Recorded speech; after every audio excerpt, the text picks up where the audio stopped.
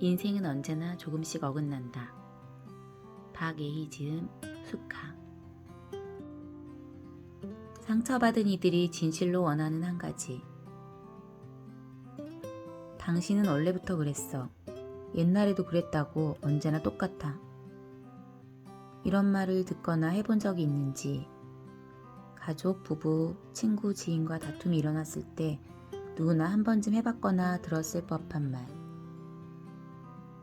우리는 왜 때때로 눈앞의 문제는 외면한 채 다 지나간 옛날 이야기를 꺼내 상황을 악화시키는 걸까? 그건 그 문제가 지나가지 않았기 때문이다. 다시 말해 치유가 되지 않았다는 뜻이다. 누군가를 다치게 한 사람이 제대로 된 사과를 하지 않았다는 말도 된다. 몸의 상처는 시간이 지나면 아물지만 영혼의 상처는 그런 것 같지가 않다.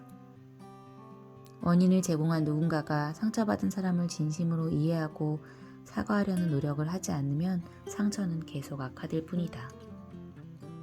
고대 하와이안이 현명하다고 느꼈던 건 그래서였다. 그들은 누군가 병이 들면 혼자 내버려 두지 않았다. 대신 아픈 이를 알고 있는 모든 사람들이 모여 자신들이 어떻게 환자의 마음을 아프게 했는지 서로 고백하고 사과하는 의식을 치렀다고 한다. 용서와 화해를 통한 그들만의 문제 해결법이었다. 그 의식을 하와이 말로 호포노포노라고 한다. 호는 목표, 포노포노는 완벽함을 뜻하는 말로 완벽하게 잘못을 바로잡는 것을 목표로 한다는 말이다. 상처받은 가슴에 응어리가 맺혀 병이 된 환자들의 마음을 다독여 다시 다음을 살아가도록 일으켜주려면 무엇보다 완벽하고 정확한 사과가 필요하다는 걸 그들은 알고 있었던 것이다.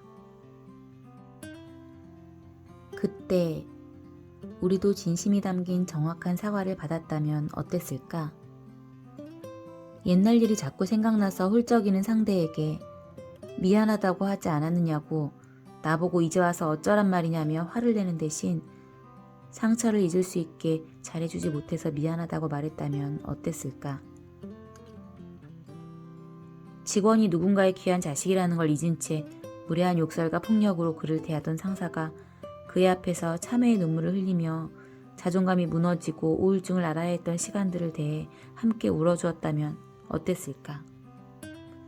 30년도 훨씬 더 지난 일이라 기억이 나지 않는다는 말 대신 가족을 처참하게 보내고 가슴에 묻은 세월에 대해 뜨거운 눈물로 사죄하며 무릎을 꿇고 평생 속죄했더라면 어땠을까?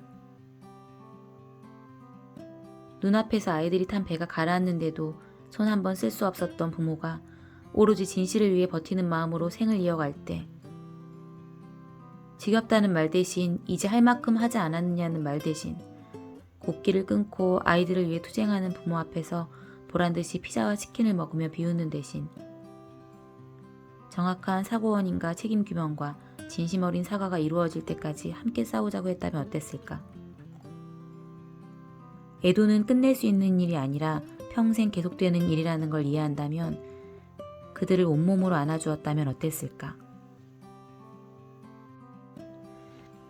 마음을 정확하게 알아주는 사과를 할 때 상대를 다치게 했다는 사실을 슬프게 통감하며 같이 울어줄 때 시간이 해결해준다는 것을 믿지 않고 먼저 손을 내밀 때 원인을 밝히고 책임을 지는 것을 외면하지 않고 최선을 다할 때 상처 입은 이들은 그간의 서러움과 회한을 쏟아내며 다음을 살기 위해 한 걸음을 내디딜 수 있다. 치유는 그때 비로소 시작되는 것이 아닐까? 우리가 가정이 사회가 병들지 않으려면 무엇보다 정확한 사과가 이루어져야 한다. 나만 아프지 않으면 된다는 생각은 관계를, 가정을, 사회를, 국가를 병들게 한다. 오늘도 누군가는 우리의 사과를 기다리고 있을지 모른다.